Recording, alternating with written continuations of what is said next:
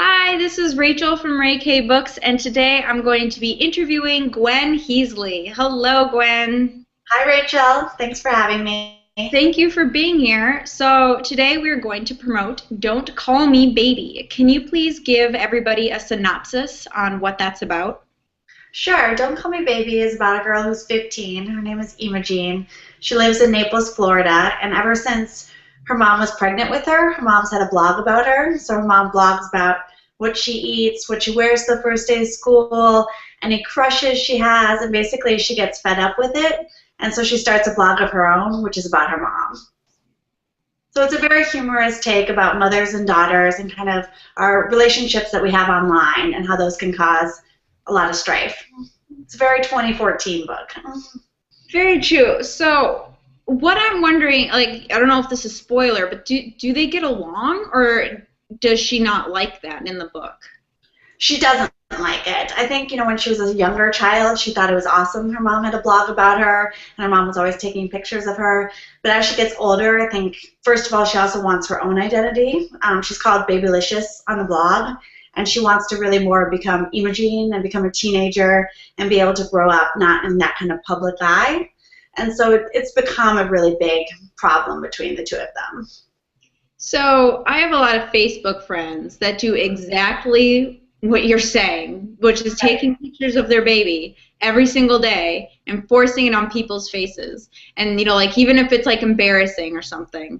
And I always wonder to myself, how is the kid going to react when he or she realizes that it's on the internet forever? And so what are your thoughts on that?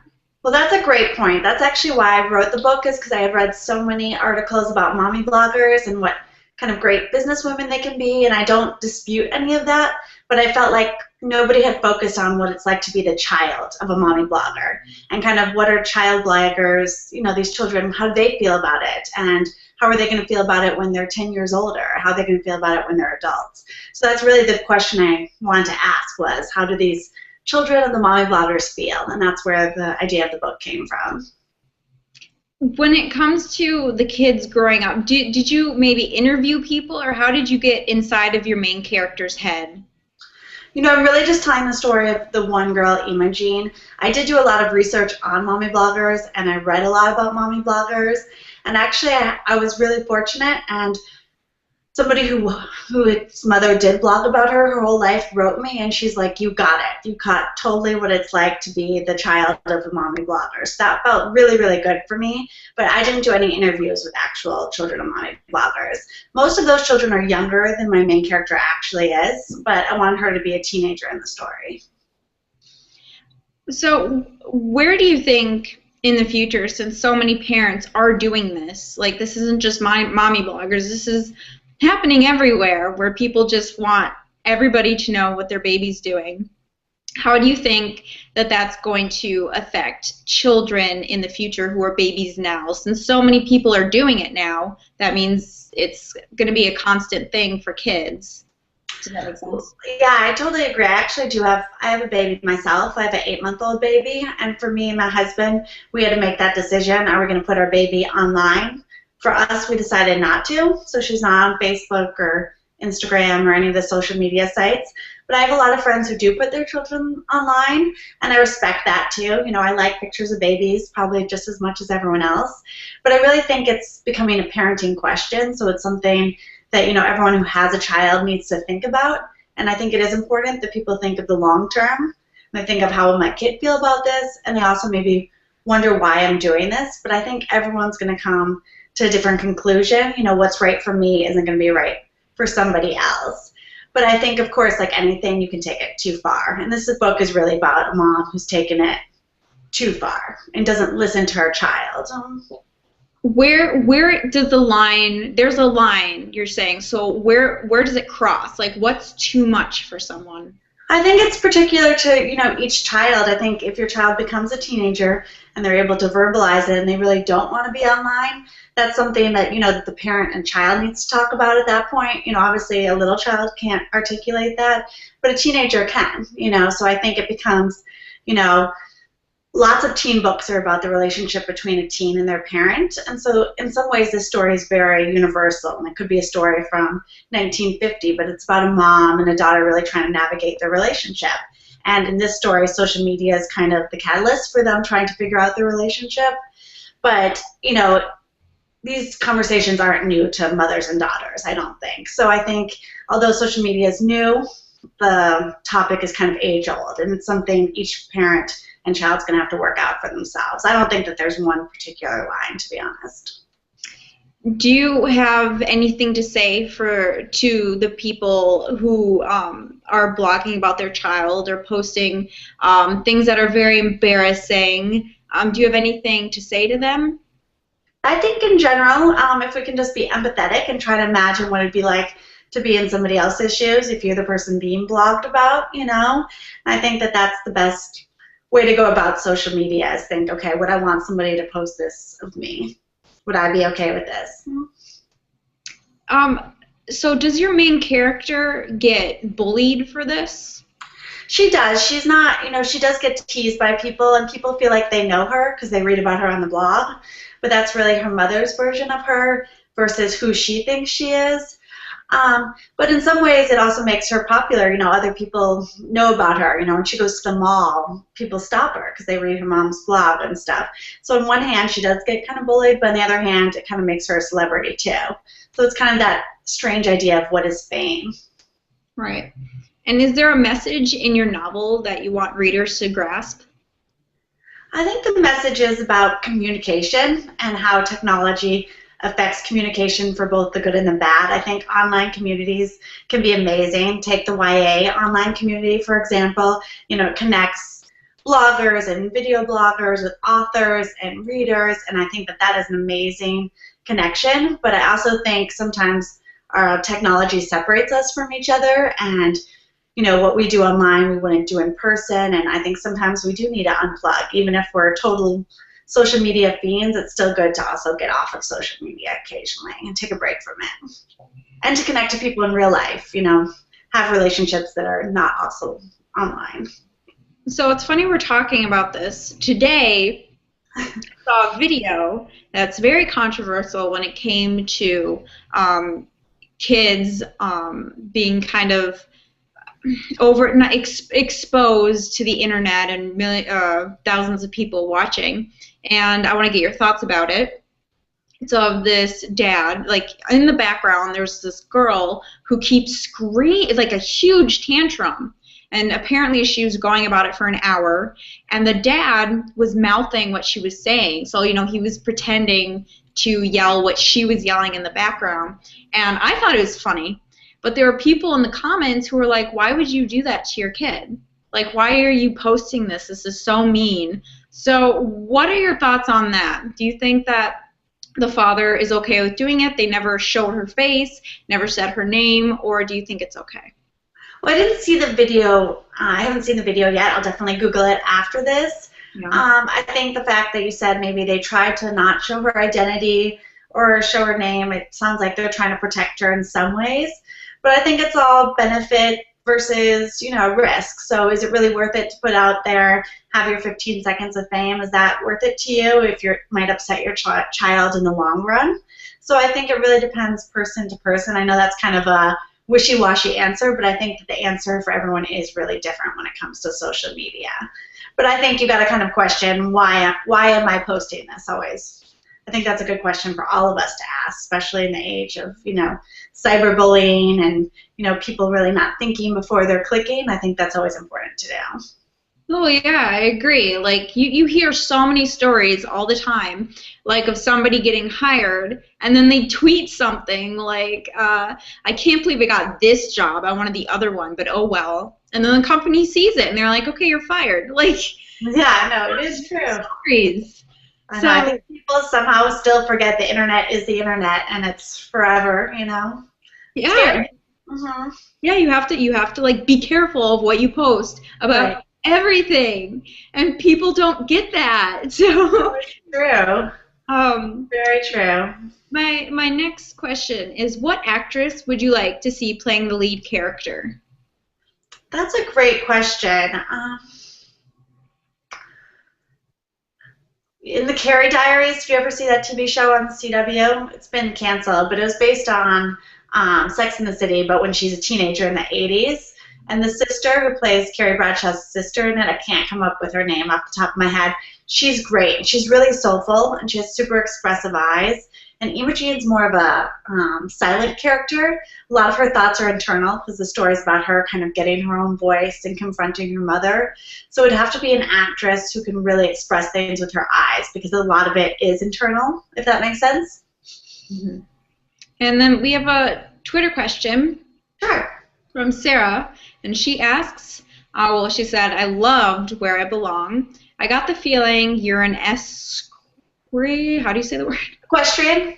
Equestrian. Yeah, yourself. Yes?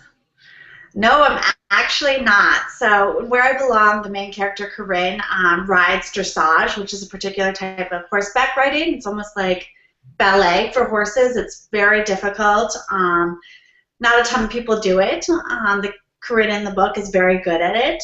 So luckily I've had a lot of readers who wrote me who love horse books, and this book has, Where I Belong has a horse element to it.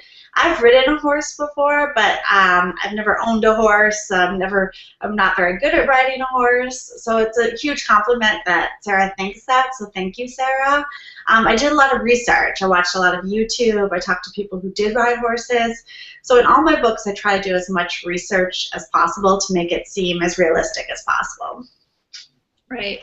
So that being said, you make up a really good point. Has anybody emailed you saying about this book, Don't Call Me Baby, saying, I'm kind of relating to the main character at all? Like, my mom does this all the time, and it was so embarrassing.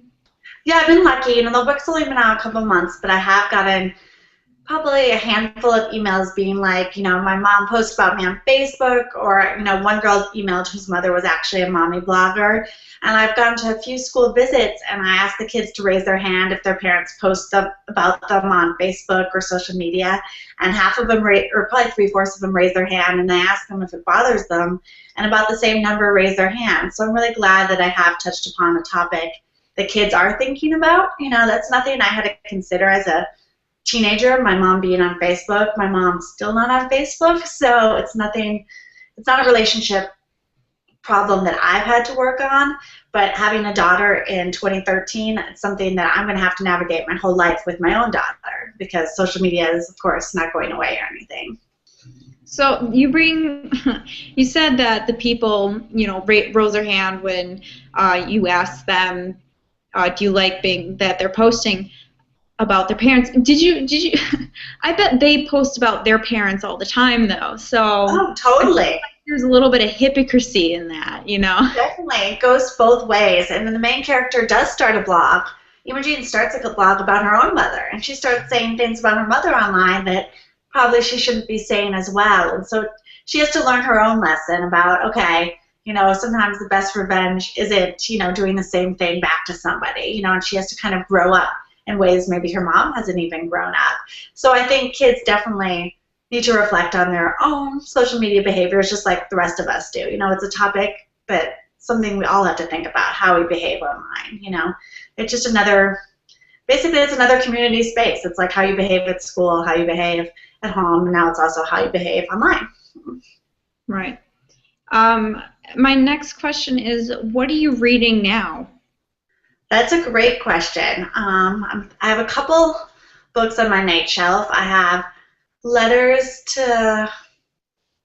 called Letters to Dead Celebrities. It's really good. I read Jenny Han's To All the Boys I've Loved recently, which I also really liked. Huntley Fitzpatrick's new book, which I think is something I know is true or something. I'm not the best with titles, but I have a stack. I love reading. My favorite thing during the summer is beach reading. I just picked up Alice Hoffman, the adult writer, women's fiction writer. I just picked up her new book. So I always have a to-be reading list, and I wish I could read more. So now it's time to play a game called Would You Rather. And so Would You Rather is, if you don't know, I'm going to ask Gwen something like, would you rather eat apples or oranges for the rest of your life? And then she'll have to say either apples or oranges. So, but this is literature edition. So the first one is, would you rather live in the world of Hunger Games or Divergent? That's a great question. I think Divergent, because I would like to choose a faction. I think, that's always a fun question, like what faction would you choose if you had the choice? I also feel like there was a little bit more of agency in the Divergent world. You had, a few more choices, so I think I would choose Divergent. Would you rather? Also, I wouldn't want to kill anyone, so it wouldn't work out very well for me. Well, then don't choose the fraction Triss is in. Yeah, the Dauntless one. Yeah. I'd choose the reading one, people that just read all the time. I think it's right. Yeah, that's what I do. That's what I do too. It's funny because I only watched the movies, and the titles of them were so confusing. I couldn't memorize them, so I'm very glad. Yeah, that's one where like reading it would be easier because you would get the descriptions and all of that. That's true. It's a good point. Yeah. The second one is, would you rather fight next to Hermione from Harry Potter, Katniss from the Hunger Games, or Triss from Divergent? I think Hermione, because she's a wizard. I would want to use her skills. Same here. Okay, would you rather read a book that is written poorly but has an excellent story, or read one with weak content but is written well? I love both story. I love big ideas, but I also love, just beautiful sentences and beautiful literature. But I think foremost, I'm a story person, so I think I would go with great story, bad writing. Who would you rather have as a child, Harry Potter or Hermione Granger? I think I would like to have Harry Potter because I already have a daughter, so it'd be fun to have a son. Would you rather write novels where all the characters are women or all men for the rest of your writing career? Well, I'm 31 years old and I'm still trying to understand men, so I would go with women because I don't understand men well enough to write all men characters. I don't probably understand all women either, but I definitely don't understand men well enough. Well, that's something you should, you know what? You should challenge yourself, and your next book the main character should be man. That is a great challenge. I'm not sure, maybe a next writing exercise. I'm not sure I'm ready to publish a book about a boy character. No, I was just kidding.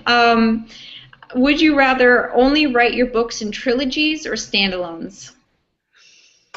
My first book, Where I Belong, has a companion, which is A Long Way From You, and also has a digital sequel, which is The Art of Goodbye. And so for 3 books, I wrote about the same characters, and it was a group of characters. And I really loved that because I really got to know those characters, and I got to watch them grow. Don't Call Me Baby is a standalone book. There will not be a sequel. So that's a great question. I think I would prefer to write maybe trilogies so I could spend more time with the characters and then I didn't have to close the book with them with the last page. There'd always be an opportunity for more. Would you rather write a plot twist you hated or write a character you hated? A character who I hated. I don't mind writing unlikable characters because I feel like that's very real, especially first-person characters. When you're reading everyone's thoughts, we all have some unlikable thoughts on a daily basis. So they don't scare me. I think that that's very real, and I like writing complex characters. And so I would definitely, for that one, go with the unlikable character. Would you rather a super successful movie be made from one of your books or a long-lasting television series? That really is a hard one because I love TV and movies. Some book people just love to read. I also love TV. I also love movies. I think a TV show, though, because then for years I could tune in and watch my characters, and that sounds amazing, versus have it be limited to a 2-hour experience. So if anyone wants to write a TV series about any of my characters, I'd be more than happy. Yeah, plus you'll see your characters, sprout out to different directions in their life. I think it'd be really awesome to see them grow, right? I agree, and even if, they took spins on the characters I didn't take, I'd be okay with that because, it's a different medium. Things work for TV that don't work for books, so it'd be really a great trip for me. I would love it. You know what? Fun fact. I heard Meg Cabot talk, and she said that the movie people, they came to her and they said, yeah, we want Mia's father to be dead so Julie Andrews could play the part. And Meg Cabot's like, yes, kill him, please. I want Julie Andrews to be in the movie. So I feel like you'd do the same thing. They're like, yeah, let's change this. And you're like, yes, change it. Please. Yeah, I would be flexible. Truthfully, I would be totally flexible with what they want to do with my books because, you know, it's a different vision on it, you know. There's ideas that people have that I wouldn't have that maybe might even be better than my ideas, so I'm open. Yep, the last one is, would you rather critics rip your book apart publicly or never talk about it at all? Oh, definitely critics rip it apart publicly. And, you know, truthfully, for all authors, that pretty much happens. There's Goodreads, there's Amazon, you know, as many great reviews I have. I also have reviews where people didn't love the books. And I actually like reading those reviews more because I learned something. You know, sometimes I feel like people are off base in their reviews and it doesn't really help my writing. But sometimes I'm like, wow, that's a great point. I made a mistake there. You know, I should have explained more about that character. Or maybe the resolution was too easy. Maybe I should have worked longer on that. So bad reviews, good reviews, I love reading them because it really helps me as a writer. It's almost like having 3,000 editors. Because, you know, 3,000 people are reviewing your book, you learn a lot, which is great. Right. Do you take some of the reviews, though? It's really cool that you say, okay, you're right. Well, maybe I should have done that different. That's really awesome of you. But do you take some of the criticism and do you kind of put it in your next book like, okay, my fans didn't really like that I was writing like this, so maybe I should do this for this character, you know? No, that's true. I mean, on a very micro level, in my first book, the characters didn't use a lot of contractions when they spoke, and it wasn't a conscious decision on my part. That's just how I wrote. And a lot of people reviewed it and said it's annoying. You know, basically they didn't like the fact that the main characters didn't use contractions. In my next book, I had them use contractions, and nobody commented on it. You know, so sometimes it's even really small things that are really helpful for, you know, readers to point out. And now we're going to play our second game, which is exciting. I've only played this with a few other people, and it's the Marry, Kiss, and Cliff tab.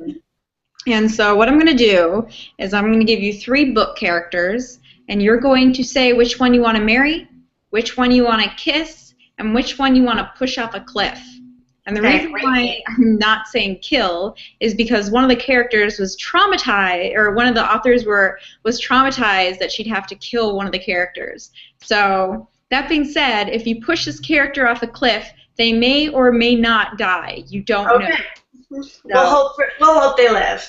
Yeah. We'll go to another universe. Never know. So the first one is, would you marry, kiss, or cliff Edward, Jacob, or Bella from Twilight? I would definitely marry Edward because I have a crush on anyone that sparkles. I think I would kiss Jacob, and you know, a lot of people hate on Bella, and I don't hate Bella, but given the 3 options, I guess I'd have to push her off the cliff. The second one is Harry, Ron, or Malfoy from Harry Potter. I think I would marry Ron. He seems good and sensible. I think I would kiss Harry Potter, so I could tell everyone I kissed Harry Potter.